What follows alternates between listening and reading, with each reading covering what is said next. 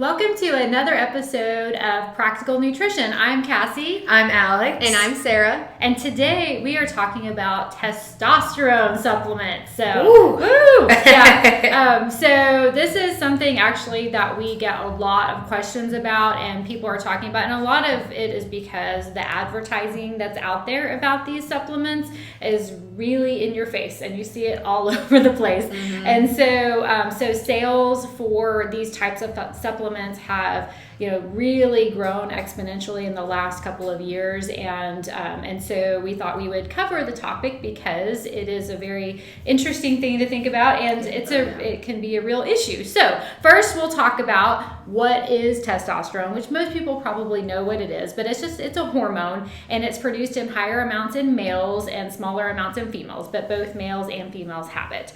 It has many functions, including improving and maintaining muscle mass and strength. That's an important one. Mm-hmm. Bone density, body and facial hair, more important for guys than girls, fertility, sex drive, and red blood cells. So it has a lot of important functions in your body, and we'll talk about how aging affects testosterone next. Alix will talk about that. Yes, so aging does affect testosterone levels. Just like in women, as you age, your estrogen goes down. It peaks in adolescents and in young adult males, and this typically happens at age 30 to 40, and it decreases by about 1% every year. So something to take note of. You hear a lot, especially recently, it seems like people in their even like 20s, early 20s, older 20s that are talking about taking testosterone, when that can be really harmful. If you start adding testosterone, your levels are actually normal.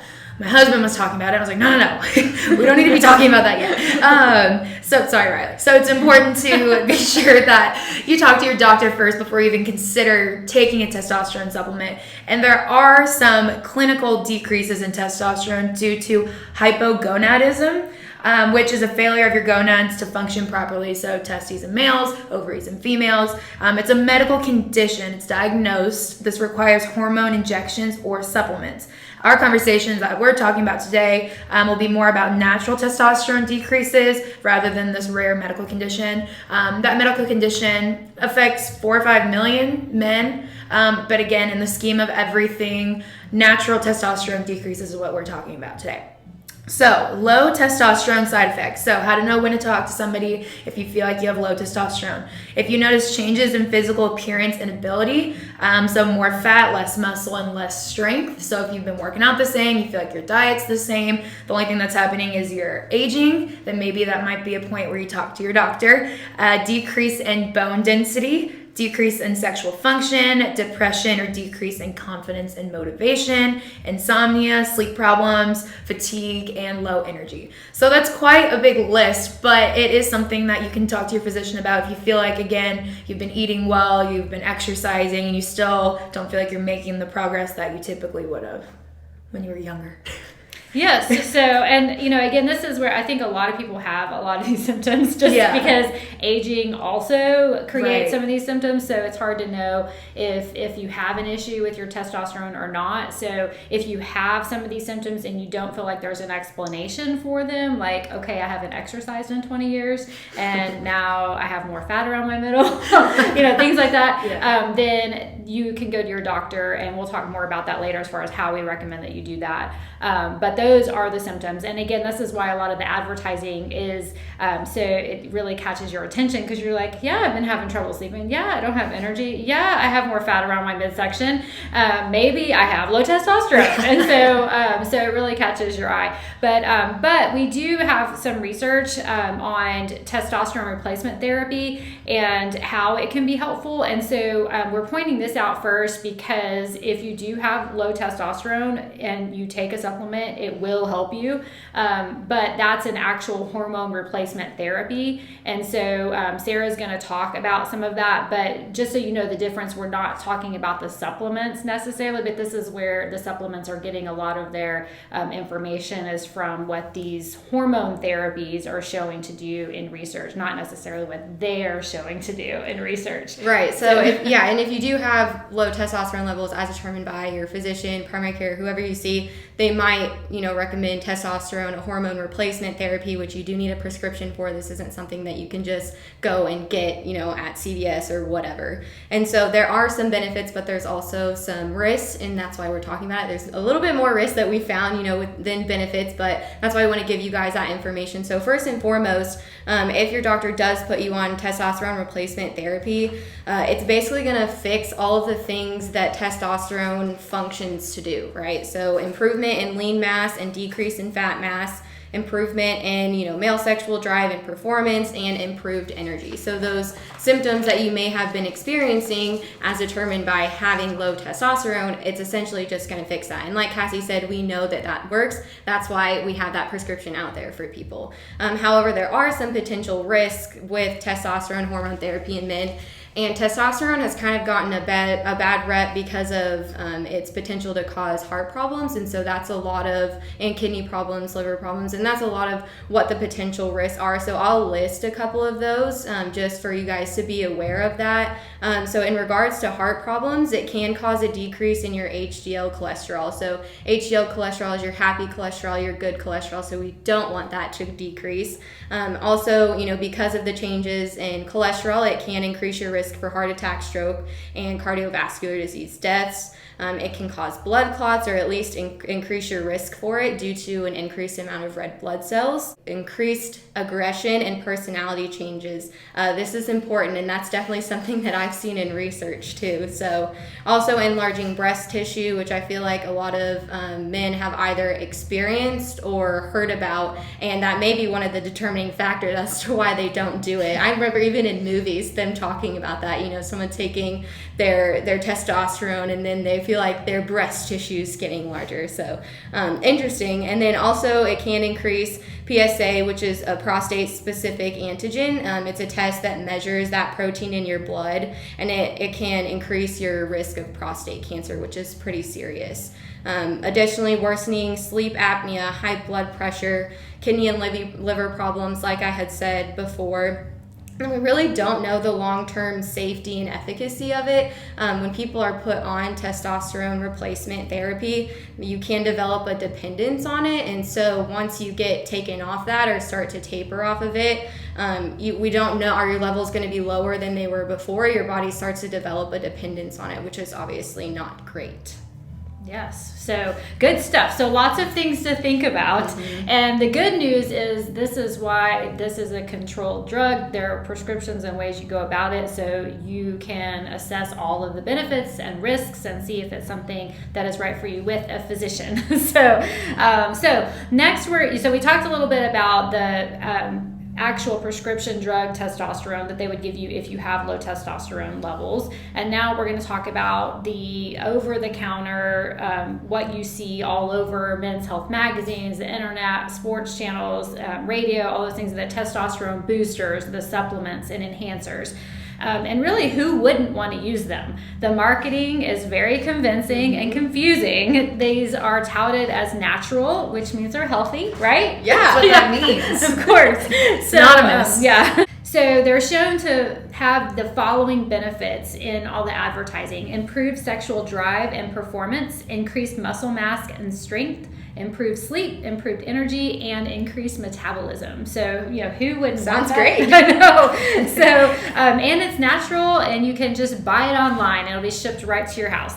So that's something that, again, we definitely understand why people are interested in this and why it sounds good. But, first of all, too, I want to talk about the testing of it. You can go to a lab and get it tested, but they're now offering mail-in tests as well with a lot of these supplements. If you go to their sites, you can see, we'll even test your testosterone for you. And but we don't want you to rely on those, because testosterone should be tested at a certain time of day in the morning, mm-hmm. and it should be, you should have have actually 2 different times when you would test low for them and symptoms for them to give you a testosterone supplement.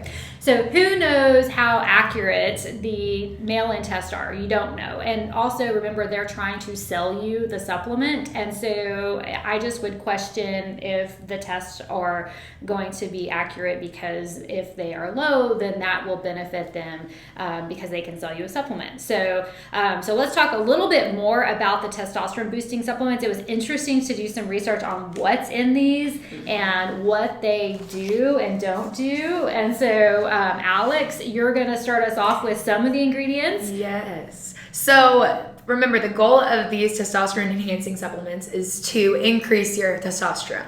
So some of the ingredients that I have on here, none of them increase or enhance your testosterone levels. So I think there's over like 70 ingredients. There are a lot. I'm sure there are a lot. Yeah, we're just talking about some of the more popular ones. Yes, I know there's a ton, but you had just said, we're going to mention some of the popular ones. So arginine is one, which enhances nitric oxide, which enhances blood flow and encourages blood vessel relaxing, and that's seen in some like erectile dysfunction patients. Research is mixed, and some studies show improvement and others do not. So research kind of unknown whether it shows improvement or it doesn't.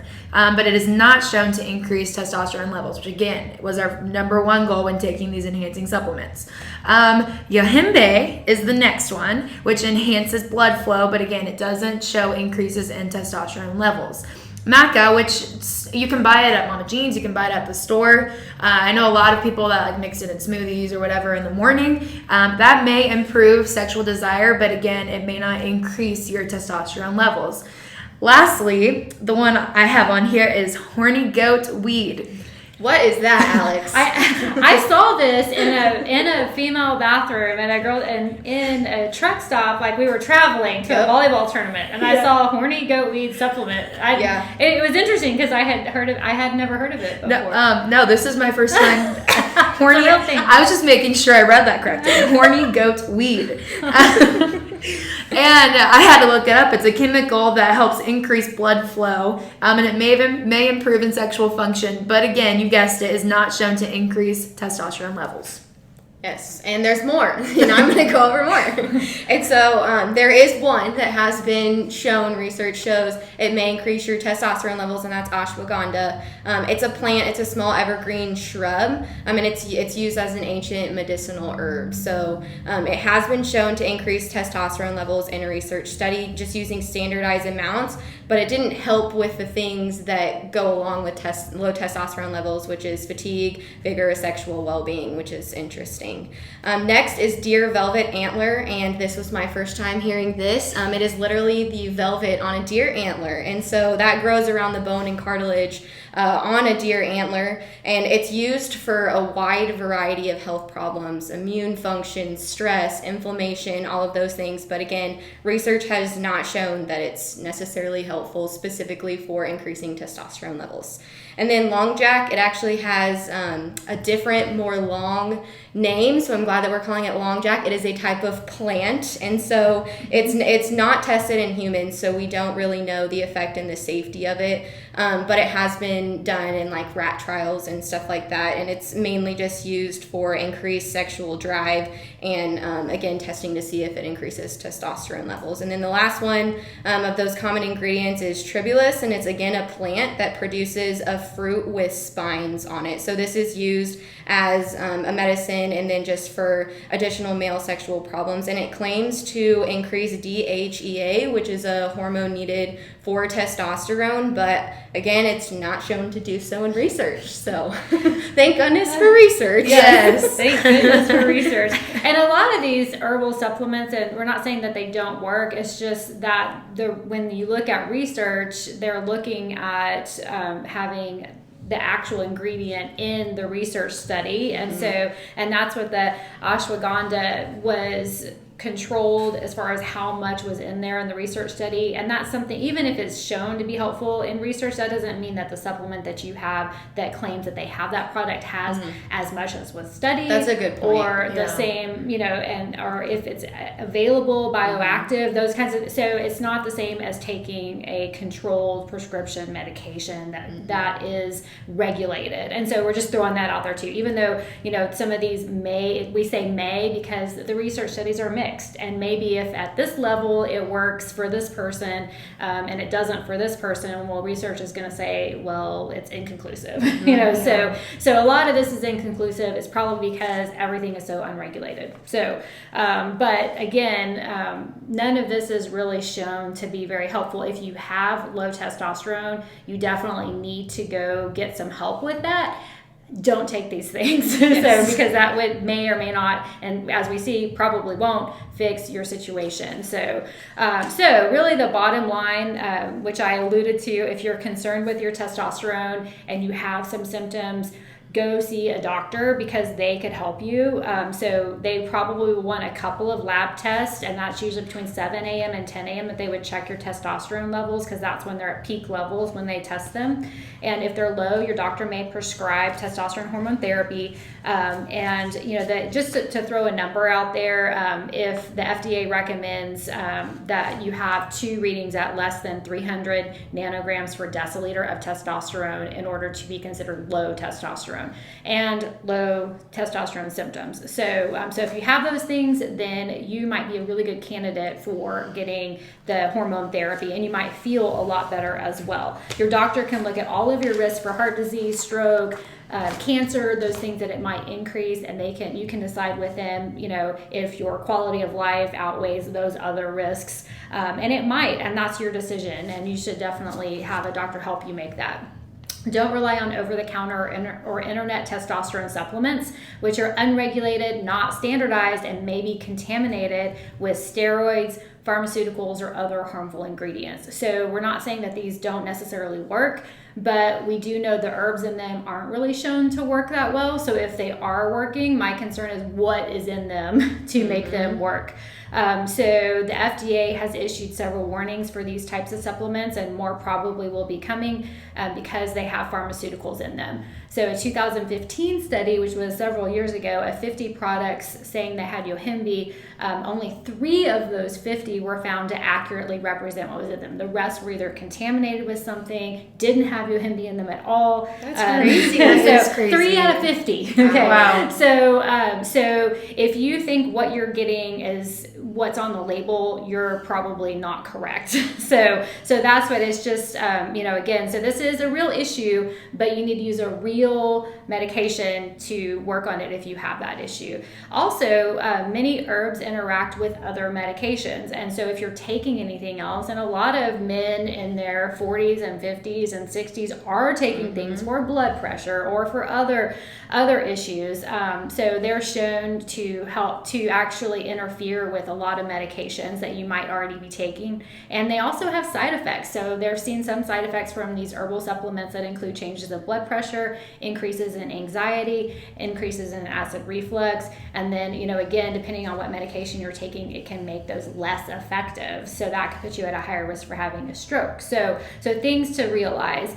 So that's really our bottom line. And we also want to talk about maybe some of our suggestions to do if you are feeling like you have low energy or you feel like you're having some of these changes. Because there are some things you can do to help save the testosterone that you have.